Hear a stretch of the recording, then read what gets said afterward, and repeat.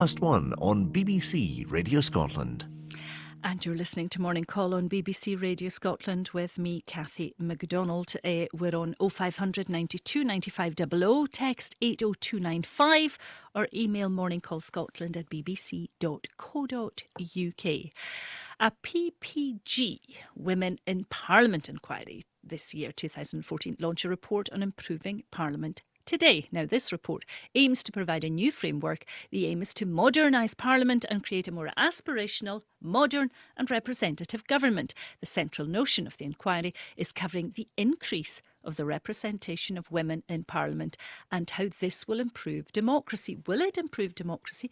Will it indeed improve society? Does it matter to you if your MP or MSP is a man or a woman? Are there some jobs that women are better at than men? Who makes a better manager for you? Is it a man or a woman? Or does it even matter? Should I even be asking the question?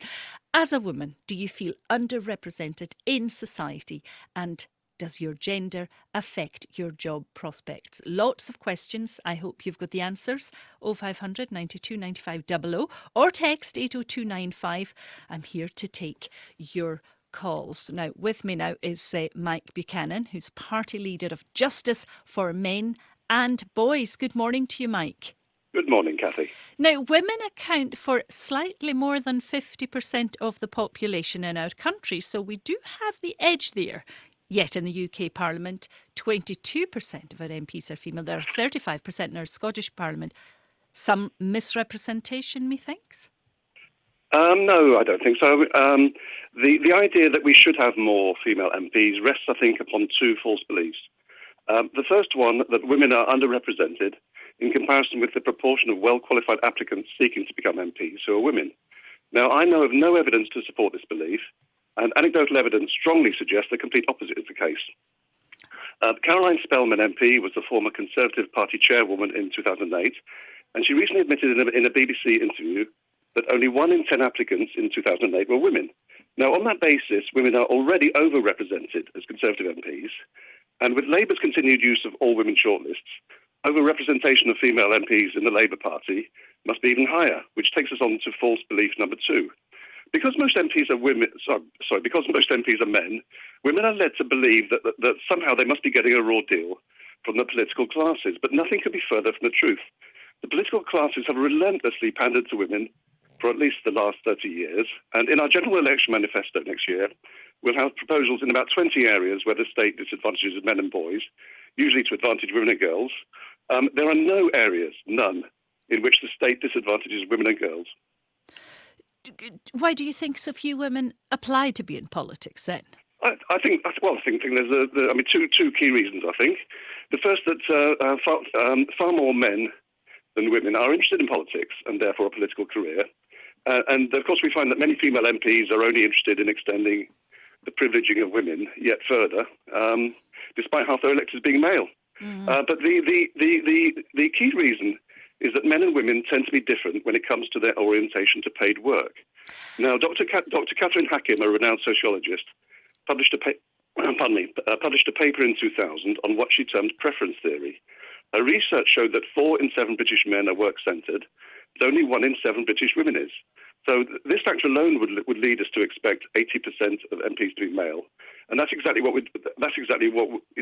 where we are now in the UK Parliament. If you believe there's a need for more female MPs, by the same reasoning, you'd believe there's a need for more white sprinters in the Olympics 100 metres final, after observing that all the contestants are black. So perhaps we should give the best white sprinters a 10 or 20 metre lead, so we can later say they're as fast as Usain Bolt. So, and how is that different how would that be different to women expecting Parliament to bend over backwards to accommodate their needs, even more than it's already done for many, many years? I think Tricia Marwick, who's presiding officer of the Scottish Parliament, might take issue with some of what you've said, Mike. Stay with us. Good morning to you, Tricia. Good morning, Cathy. In your role, you have to command respect from just short of 130 MSPs. Was that more of a challenge as a woman? I don't think it's a challenge at all as a woman. I think, I think men, listen to women when they're getting a telling off. I think it's something to do with their mothers. But I do think that you need to command respect across the chamber, and I think I have respect both from the men and the women within the Parliament. And did you ever face barriers getting into politics as a woman? Mike was saying that that women are equally represented. It's just that they're not really interested in entering politics. No, I didn't find any barriers at all. You've got to remember that when I joined the SNP, there was no Scottish Parliament. There was no career path in politics. I joined, like many people at that time, when there was no Scottish Parliament. It was, a time when the SNP were something like 8% in the opinion polls. So a career in politics was not something that was open to me. And when the Scottish Parliament became a real entity, then it was perfectly appropriate and sounded quite right that I put myself forward, because I had been active in politics for a long time. Can a man not represent a woman, though? Or is the accusation that women in politics only cover or represent women issues? Well, I think that's really quite insulting to women. I look around at the excellent women that we've got in the Scottish Parliament.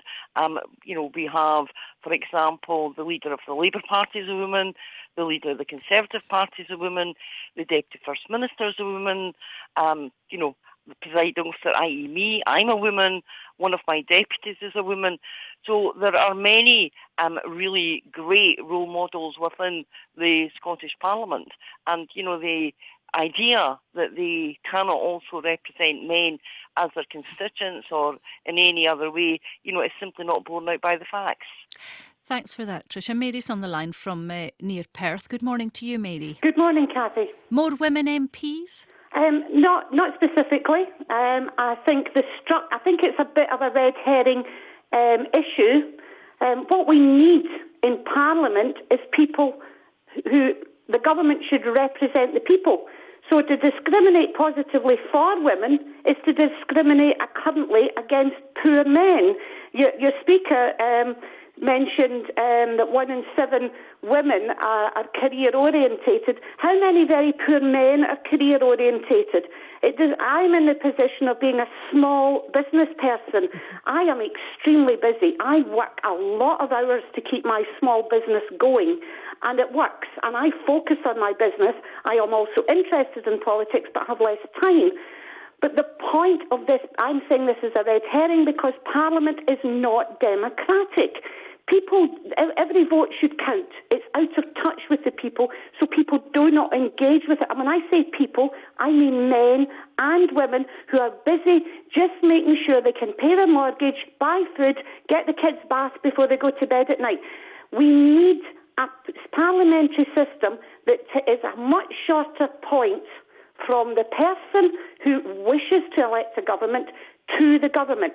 So 129 MSPs at Holyrood suits me fine because it's a shorter point and it might not be the best form of proportional representation, but at least I know when I vote, it counts. And that encourages women, because if there is any discrimination at all, and I'm not even sure I'm saying the right thing, but one thing women don't do is waste their time. What's the point of voting if your vote doesn't count? Thank you for that, Mary. We're not going to waste any time whatsoever. I hope you can stay with us. I can tell you're a busy woman because we'll be taking more calls on this very matter. 0500 92 95 00. Text 80295. Email morningcallscotland@bbc.co.uk. Coming up after the 10 o'clock news. 92 to 95 FM, 810 medium wave, and on digital radio. BBC Radio Scotland. The news with Pamela Havron. Good morning. Israel's military offensive against Gaza is going on for a 7th day, with airstrikes and artillery fire, despite growing international pressure for a ceasefire. Rocket attacks on Israel from Gaza have also continued, and Israel says it has shot down a drone operated by Hamas over the city of Ashdod. Our Middle East editor, Jeremy Bowen, says the 2 previous conflicts between Israel and Hamas militants both ended in ceasefires.